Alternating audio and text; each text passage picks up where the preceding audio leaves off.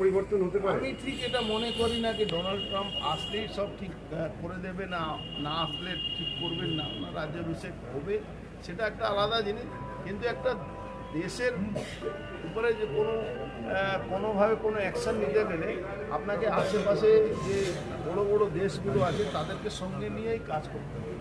করার জন্যে আমরাই এনাফ আছি। হ্যাঁ, এটা পাগলের মতন আলাপ করছিল কালকে, দেখলেন তো আপনারা, 4টে ট্যাঙ্ক নিয়ে যাচ্ছে আর তার সঙ্গে 50-100 সেনাবাহিনীকে নিয়ে মনে হচ্ছে মক ডিল করছে। এটা কি মানে বাচ্চা ছেলে মতন কাজ করছে।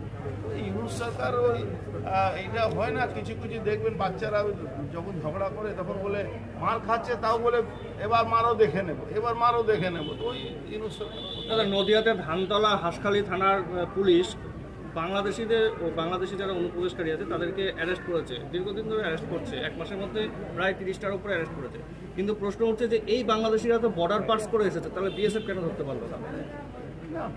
দেখুন, বিএসএফ যে দরকার আছে বর্ডারকে ফেন্সিং করা, এখানে পশ্চিমবাংলা মমতা ব্যানার্জি জমি দেয়।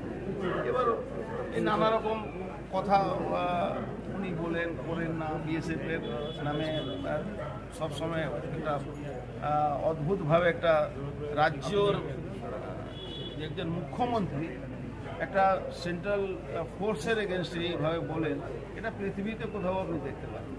কিন্তু আমাদের যে ফেন্সিং দরকার আছে, প্রায় 600 কিলোমিটার ল্যান্ড আছে, প্রায় 300 কিলোমিটার মতো এখনও জলপথ আছে, 600 কিলোমিটারও উনি জায়গাটা দেন। এই জায়গা না দেওয়ার জন্যে আর তারপরে মোরালি তাদের এগেনস্টে কথা বলেন।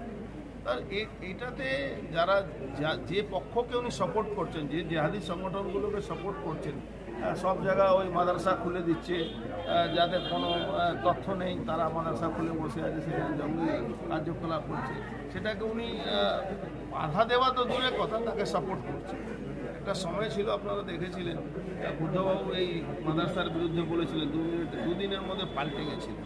তো ভোট ব্যাংক যেখানে সবসময় সামনে রেখে যদি কোনো মুখ্যমন্ত্রী লেভেলে যদি কোনো নেতৃত্ব যদি চিন্তা করে বা বক্তব্য দেয়, তাহলে কিন্তু খুব ক্ষতি। এটা আমরা সবাই মিলে আশা করছি নিশ্চিতভাবে হিন্দু নিধনকে আমরা বন্ধ করাতে পারবো। তার জন্য মোদিজি যা কাজ করা আছে করবে। দাদা, কাঞ্চন মল্লিকের বিধানসভার বিল হচ্ছে 6 লক্ষ টাকা, সেই বিষয়ে কি বলবেন?